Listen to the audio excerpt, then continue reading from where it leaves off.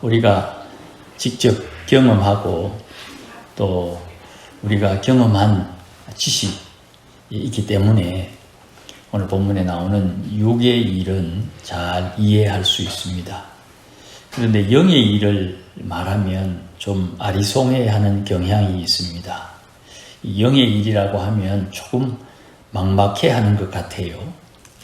먼저 육의 일을 좀 말씀드리면 율법은 육의 일을 살핍니다. 그러니까 율법을 통해서 내 몸이 육신이 무엇을 하느냐 이거를 검사 이렇게 표현하면 좀 과할까요? 우리의 육신이 무슨 일을 하는지 잘 살핀다 이 말입니다. 그리고 그 육신의 일에 허물이 발견될 때 기준은 율법이지요. 율법에 따른 허물이 발견될 때 정죄, 이것이 죄다 이렇게 정죄, 이것이 죄다고 죄를 지적합니다. 이 육신의 기능, 율법의 기능이지요. 그래서 이 율법이 우리의 연약함, 허물, 부족함, 3절입니다. 율법이 육신으로 행하는 연약한 것을 지적하고 또 그것을 근거로 해가지고 하나님 앞에 참소, 고발한다 이 말입니다. 그러니까 율법은 우리가 하나님 앞에 죄인이라는 것을 들추어내는 역할을 하는 겁니다.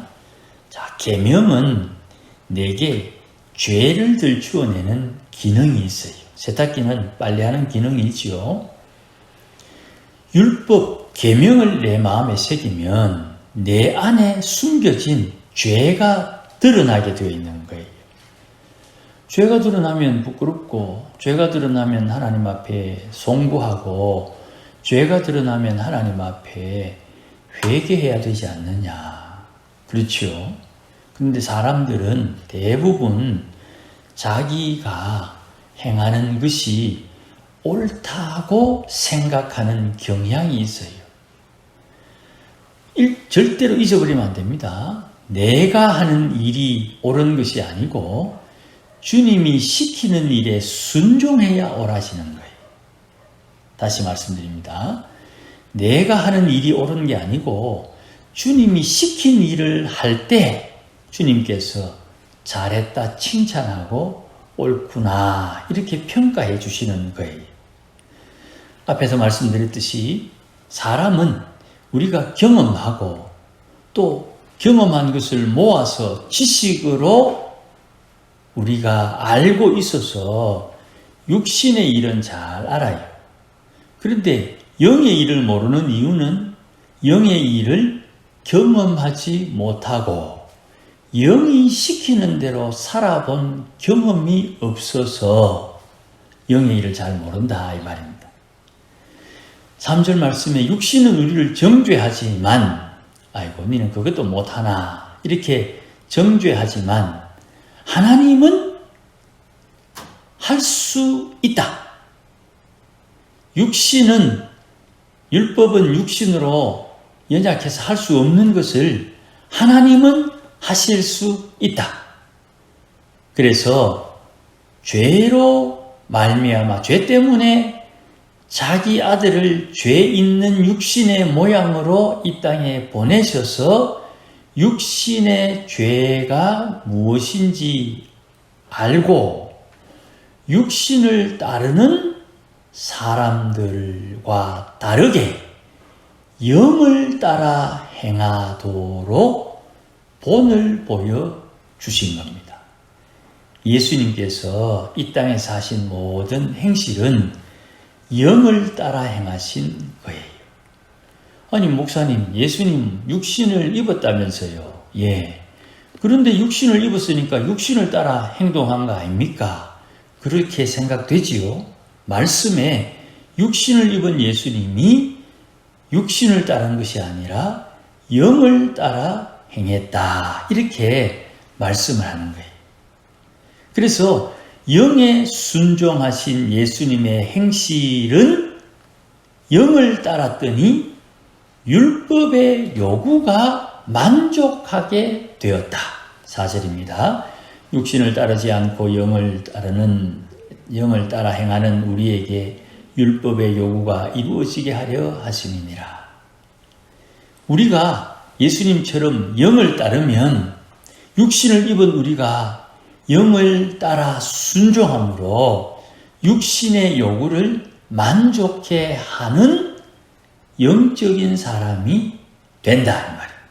이 말이에요. 이 말이 좀 어렵지요. 다시 말씀을 드리면 이렇습니다. 육신의 일은 사망이요. 영의 일은 생명과 평안이다. 그러니 율법은 육의 일을 살피고 성령은 영의 일을 살핀다. 내 마음은 로마서 7장에서 하나님의 법을 숨기니까 내 마음, 혼은 하나님의 법을 숨깁니다. 당연히 내 영도 하나님의 법을 숨기죠. 내 영혼은 하나님의 법을 숨기는데 내 육신은 죄의 법을 숨겨요. 이게 보통 사람, 예수를 믿는 일반적인 사람들의 상태예요. 그런데 우리는 이런 경우에 오해할 수가 있습니다. 자, 한 번 더 들어보세요. 아담이 처음 지음받은 후에 아담이 우리처럼 육신이 있죠. 흙으로 지은 몸이 있죠. 그 몸에 하나님께서 코에 생기를 불어넣었더니 생명, 살아있는 영이 되었다. 그러니 아담은 살아있는 영이에요. 그 아담, 살아있는 영이 우리처럼 육신이 있지요. 처음 아담, 살아있는 영이 되어서 흡사 지금 우리처럼 먹고 움직이고 동산을 관리하는 모든 행실이 다 영적인 일이었어요. 요거 이해해야 됩니다. 아담이 우리처럼 육신을 입고 있고 아담이 살아있는 영이었는데 살아있는 영이 육신을 입고 있음에도 불구하고 아담이 하는 모든 행실은 다 영의 일이었다 이 말입니다. 아담이 육신으로 죄를 지었기 때문에 우리는 육신은 악하고 더럽고 추악하다고 생각하는 경향이 있어요. 또 그것이 사실이죠. 아담이 육신으로 죄를 짓고 난 뒤에 일을 하니 그의 일은 육신의 일이요. 죄를 짓기 전에 그의 육신으로 일을 했더니 하나님의 일이었더라. 죄가 있느냐 없느냐에 따라 영의 일도 되고 육신의 일도 되는 거예요. 처음 사람 아담의 육신과 우리 육신의 차이가 뭡니까? 하나님께서 호흡, 생기를 하나님께서 불어넣었더니 아담이 영이 죽기 전에는 아담이 육신으로 하는 모든 일이 다 영의 일이었다. 그러면 사람이 예수를 믿어 영이 다시 살지 못한 상태에서 예수 안 믿는 상태에서 하는 모든 행실은 말 그대로 악하고 추하고 더럽다는 거예요. 하지만 우리가 예수를 믿어 죄사함을 받았지만 아직도 옛사람의 악한 성품을 깨끗하게 씻지 못해 남아있는 이 찢기를 가진 육신, 중생되어 칭의는 받았으나 성화 과정에 있는 우리의 육신으로 때로는 의의 도구로 쓰이다가 때로는 죄의 법을 따르는 육신을 가지고 허물지고 부족하고 온전치 못하는 행실도 한다 이 말입니다. 그러나 예수 믿고 있는 상황에서 부족함이 드러나도 여전히 이를 영의 일이라고 하는 거예요. 이게 우리가 칼로 무를 혹은 칼로 두부를 자르듯이 착 잘라지는 게 아니라는 겁니다. 왜냐하면 살아있는 영, 살아난 내 영과 내 살아난 영이 내 육신을 온전히 통제하지 못하기 때문에 내 영의 소원은 있는데 내 마음은 하나님의 법을 따르는데 내 육신은 아직도 내 영의 통제와 다르게 내 육신의 욕심과 욕망을 따라 지 마음대로 움직인다 이 말이에요. 욕하면 안 되는 거 알아요. 그런데 나도 모르게 이 새 바닥이 삐리리 삐리리 이렇게 난리를 치는 거예요. 그렇게 하면 안 되는 거 알아요. 그런데 내 마음의 격동함이 나를 허물지게 부족한 모양을 드러내게 한다 이 말이에요. 그러면 나는 원하는 대로 하지 않고 원치 않는 대로 하는 이 육신의 모양을 보면서 나는 어떻게 해야 됩니까? 주여, 불쌍히 여기소서. 주님, 불쌍히 여겨주소서. 뭐 불쌍히 여겨주고 마음은 원이로되 육신이 따르지 못합니다. 불쌍히 여겨주옵소서. 그렇게 하나님 앞에 탄식할 수 있어야 되는 거예요. 우리는 직접 우리가 살아가는 삶의 현장에서 이걸 경험하지 않습니까? 어떤 때는 육신의 일을 행하고 또 어떤 때는 영의 일을 행합니다. 나도 모르게 왔다리 갔다리 하는 거예요. 스스로 생각하면서 아이고, 사람이 지조가 있어야지 왜 이리도 왔다 갔다 하는가, 이런 절망감이, 탄식이, 답답함이 내 마음에서 터져 나올 때가 있다 이 말이에요. 그때 절망하면 안 돼요.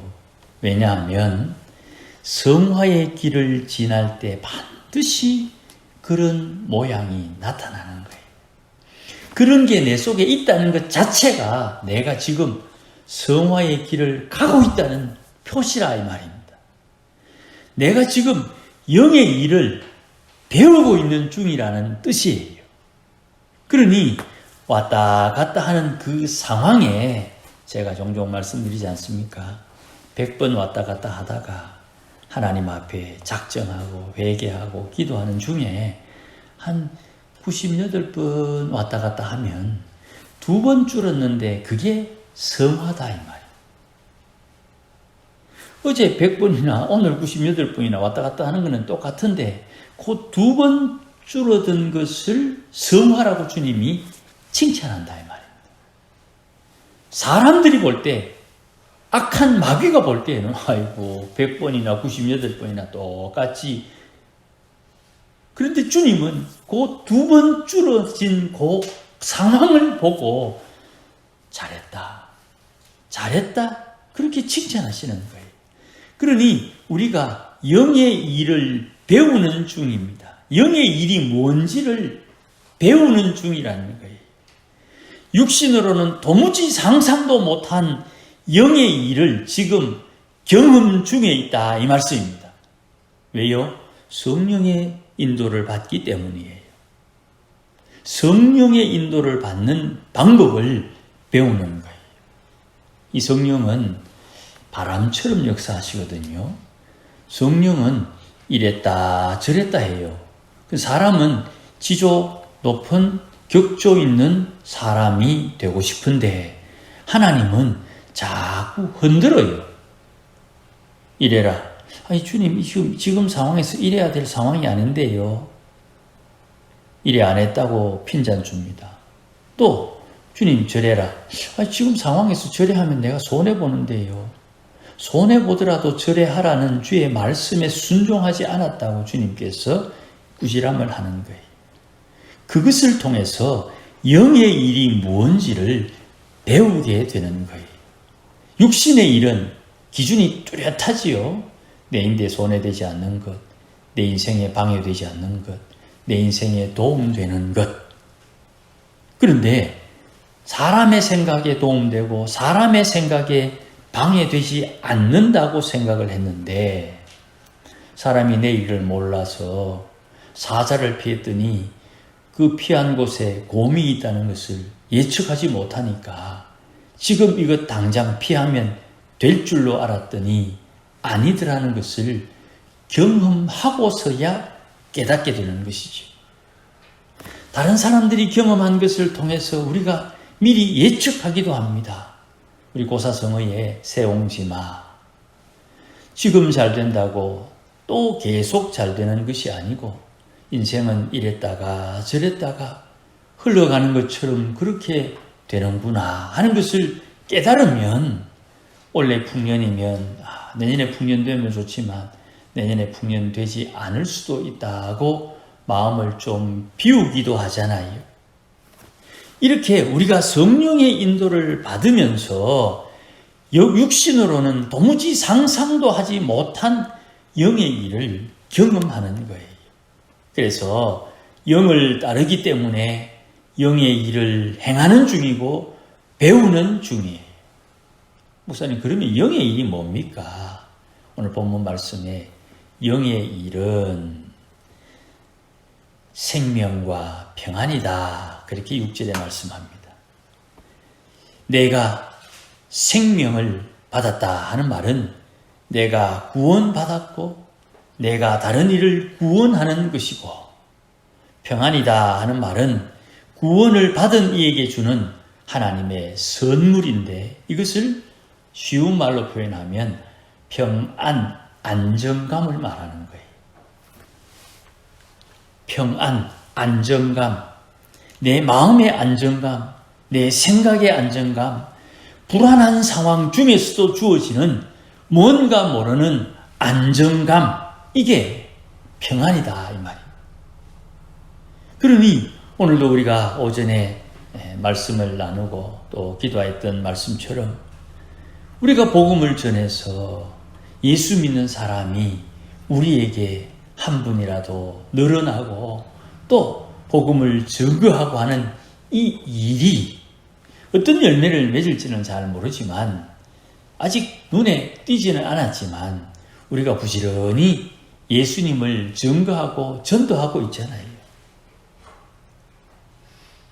제가 의도한 바는 아닙니다만은 종종 지금 최근에 군의단위 조합장님을 자주 만나요. 왜 자꾸 그렇게 만나는지는 모르겠지만 만날 때마다 인사하고 또 이렇게 대화하면서 복음이 언제 자연스럽게 전해질 수도 있겠다 하는 그런 마음이 들긴 들어요. 물론 아직 가시적인 성과는 전혀 없습니다. 영의 생각은 생명과 평안, 생명을 증거하고 사람을 살리는 일에 안정감 있는 삶과 행동거지, 생각, 마음 씀씀이에 안정감이 있게 되는 거예요. 자, 성도 여러분, 영의 일을 하고 계십니까? 영의 일을 해야 됩니다. 영의 일을 하려면 반드시 성령의 법을 따라야 하는 거예요. 나는 내 몸을 입은 채로 성령의 법, 생명의 법을 따라야 하고 이것을 지금 배우는 중이라 이 말이에요. 목사님, 잘 안 돼요. 예, 잘 안 돼요. 그러나 반복 되풀이 성령의 인도함을 따르는 법을 배우는 거예요. 지금 우리가 수요일 날 묵상하고 있는 다윗의 도망 다니는 삶. 다윗이 도망 다니는 그 여정을 통해서 지금 당장 죽을 것 같아서 도망을 갔는데 사울이 쫓아오지 못하는 곳으로 도망갔더니 거기가 블레셋 지역이에요. 이제까지 자기하고 늘 싸워서 자기가 죽였던 사람들의 마을로 도망을 간 거예요. 정신 차려보니까 사울은 분명히 안 쫓아오는데 자기가 거기서 죽을 수도 있겠다. 그래서 아기스 왕 앞에서 침을 질질 흘리며 미친 척하는 그런 행동을 통해서 위기를 벗어나는 거예요. 성령의 인도함을 따르는 법을 배우는 거예요. 적진에 뛰어들어가서 살아나오는, 마치 다니엘이 사자굴에서 살아나오는 것처럼 그렇게 성령의 인도하는 법을 배우고 경험하는 거예요. 영의 일은 생명, 살리는 일입니다. 가정을 살리는 일이고 교회를 살리는 일이고 사람을 살리는 일이에요. 그러니 하나님의 성령의 인도함을 따라야 하나님을 기쁘시게 하지, 육신을 따르는 사람은 하나님을 기쁘시게 할 수가 없다. 이런 말이 있잖아요. 약은 약사에게, 병은 의사에게. 자, 교회는 누구에게 맡겨야 되겠습니까? 교회는 누구에게 맡겨야 되겠습니까? 따라서 합시다. 교회는 한번 합시다. 따라서 합시다. 교회는 주님에게. 교회는 주님의 것이니까 주님에게 맡겨야 되는 거예요. 금방지게 목사가 나서갖고 나를 따르라. 그러면 안 돼요. 바울이 분명히 이야기했지요. 고린도 교회 성도들아, 내가 너희를 위하여 피 흘린 적이 있느냐? 나는 너희에게 세례를 주려고 사도가 된 게 아니다. 교회는 주님의 교회이기 때문에 주님께서 다스리시도록 늘 자리를 양보할 수 있어야 되는 거예요. 함부로 나가면 안 되는 거예요. 그러니 성령의 인도함을 따르는 사람은 생명과 평안, 살리는 일을 하는 것이고, 사람도 살리고 교회도 살리고 가정도 살리고 지역도 살리고 주님께서 시키는 그 일을 통해서 누군가를 살리는 일이고, 그에게 안정감, 평안을 제공해 주는 거예요. 자, 그러면 주의 말씀을 듣고 불안할 때가 있지요. 빨리 안정감을 찾으려면 마음이 가난해져야 되는 거예요. 심령이 가난한 자는 천국을 누리는 거예요. 왜 불안하냐? 무언가 붙들고 있는 거예요. 빨리 놔야 돼요. 붙들면 안 돼요. 사람을 붙들어도 안 되고 재물을 붙들어도 안 되고 무언가를 붙들어서는 안 되는 거예요. 그걸 놓으면 내 안에 자유함이 오는 거예요. 그럼 이걸 우리가 오늘 말씀을 통해서 배웠으니까 성령의 인도함을 따라 살기 위해서 힘써야 되는 거예요. 아무쪼록 한 주간 쉽지 않을 겁니다만은 성령의 인도함을 따르는 법을 배우고 익혀서 이 세상에 사는 동안 주님이 주신 자유함을 누리면서 하나님이 내게 지시하신 것, 하늘의 상급 잘 준비하는 우리 모두가 되시기를 주의 이름으로 축복합니다. 기도하십시다. 하나님 아버지 고맙습니다. 부족하고 연약해도 주의 약속의 말씀이 우리에게 있습니다.